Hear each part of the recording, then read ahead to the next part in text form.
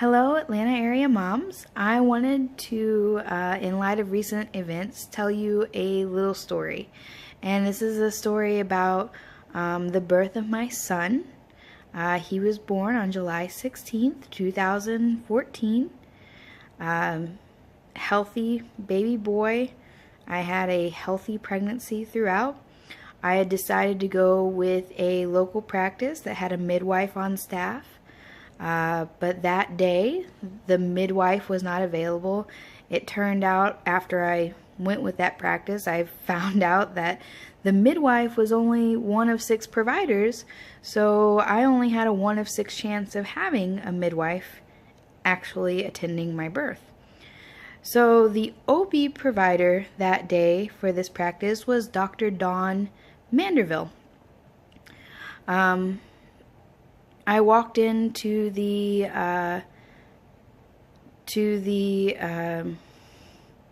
hospital that day with my birth plan that I had put together with my midwife, and the first interaction I had with Dr. Manderville was that she laughed. She laughed at my birth plan. She said that, you know, basically any woman who comes in with a birth plan never goes according to plan. You know, she tried to make it seem like not a horrible thing to say, but it kind of was, you know. But I went forward. My birth plan had stated that I wanted my water broke as the first method of induction, and to only use Pitocin if breaking my water didn't induce labor. She basically threw that out the window first thing, and said no, I needed to get Pitocin, I needed an IV. Of course I said okay, you know, I didn't argue with the doctor. Only, you know, difficult people argue with doctors about their care, right? And so I started my birth labor journey. I went and labored for about 7.5 hours, and the Pitocin was just increasing, and I really wasn't progressing. I came into the hospital. I was 4 centimeters dilated for about 3 weeks before I gave birth. And after 7 hours of labor, very, very intense labor because of the Pitocin, I was only about 6 centimeters. So I'd only progressed 2 centimeters in those 7 hours. So, you know, Dr. Manderville at the time suggested I have an epidural, and I agreed with her. I didn't think there was anything wrong with that. I really wasn't feeling like I could make it all the way without any kind of assistance. When I had the epidural, it kind of made me a little nauseous. I didn't know that could happen, but I asked them to go get me a bucket. And Dr. Manderville came in to check on me, and she asked me, you know, what's that? And I had a bucket next to me, and I said, it's a bucket, you know, like, what do you mean, what's that? And she said, is that a puke bucket? And I said, well, yeah. I said, the epidural is making me a little nauseous. And she said, well, I don't do puke. So the doctor, you know, the professional that I am that's getting ready to deliver my child, doesn't do puke. It's a lovely thing for a woman in labor to hear. And she told me not to judge, that everyone has their thing, and she doesn't do puke, that if I puke, she would puke. And so I needed to let her know beforehand. And in fact, I couldn't even have a puke bucket in sight while she was in the room. My husband and I just kind of looked at each other, and We were in shock, but what were you going to do at that point except for say, okay, yeah, sure, whatever you say, lady. Um, so she did. She walked out of the room, and I got the epidural, and I didn't puke, actually. And a few hours later, I was progressing. I was at 10 centimeters within a couple hours, and it was time to push. And I couldn't feel anything, so they had to tell me when to push and when not to. And I'd been pushing for about 45 minutes or so, and might have been an hour tops, but more like 45 minutes. And my doctor says to me, so I'm going to cut you now. And before I have time to say anything or do anything, she has, her knife down there, and she had given me an episiotomy. Now, I had stated in my birth plan that I did not want an episiotomy. In fact, I didn't even think that was an issue, because every book I had read up until that point had told me that they don't do episiotomies anymore. That's not recommended by healthcare professionals. They were, and I'd only been pushing for 45 minutes. It's not like I'd been sitting there pushing for 2 hours. I've heard of women pushing for 3 hours, But what choice do you have? I mean, she didn't give me a choice. She told me, I'm having an episiotomy. I'm going to cut you now, is what she said. And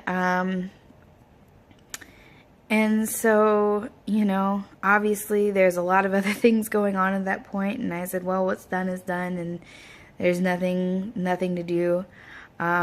So a few minutes later, my son is delivered. The baby, comes out. I pull him out. I put him on my chest.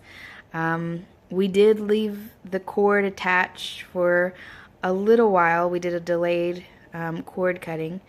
In the meantime, I didn't know, because I wasn't looking down, and I didn't want to see any of the afterbirth.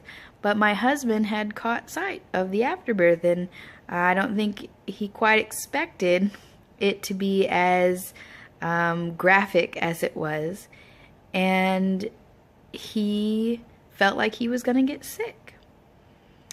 And so he had to leave the room, because he was afraid that if he maybe got sick in the room, that Dr. Manderville was going to puke while she was stitching me up. And so my husband didn't get to cut the cord on our son, because he was too worried about whether or not our doctor was going to throw up. So I cut the cord, which was a great experience for me, but I just really feel bad for my husband that he didn't get that experience with his son. And Dr. Manderville stitched me up and put me on my way. She left the room. I don't know that I ever saw her again after that. But what I did have after that was some very awful tearing. I didn't realize it. No one told me when I was at the hospital. It was only when I went back for my checkup appointment that my midwife said, oh my goodness, I had tore up the front. I have tore up down the back. I bled for months after I gave birth to my son. And I truly believe that part of the reason that it was as bad as it was because Dr. Manderville did something that they no longer recommend, and she gave me an episiotomy. And grant you, even if that wasn't the case, she had no right to do that without my permission. So, why am I telling you all of this?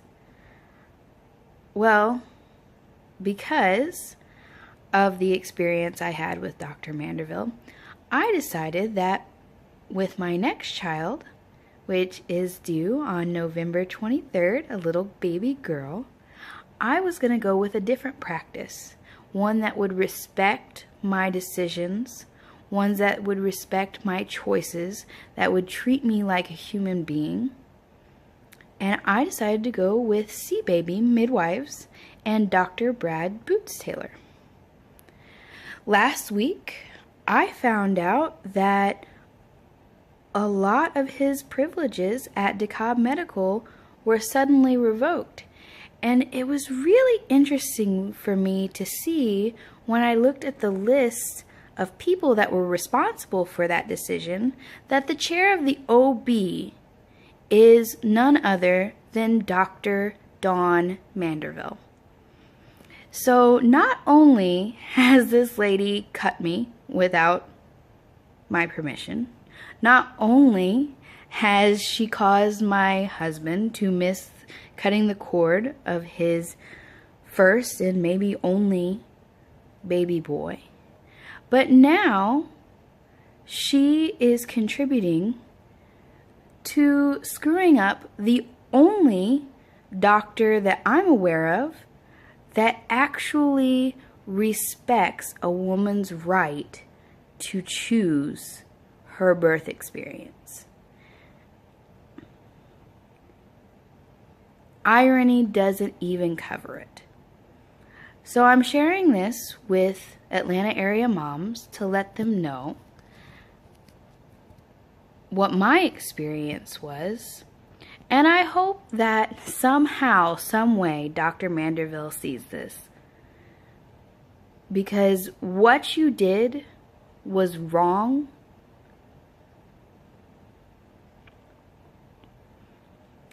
And there is nothing you can do to bring down the people who are doing it the right way. You cannot win this. I hope you guys have a good night. Thanks.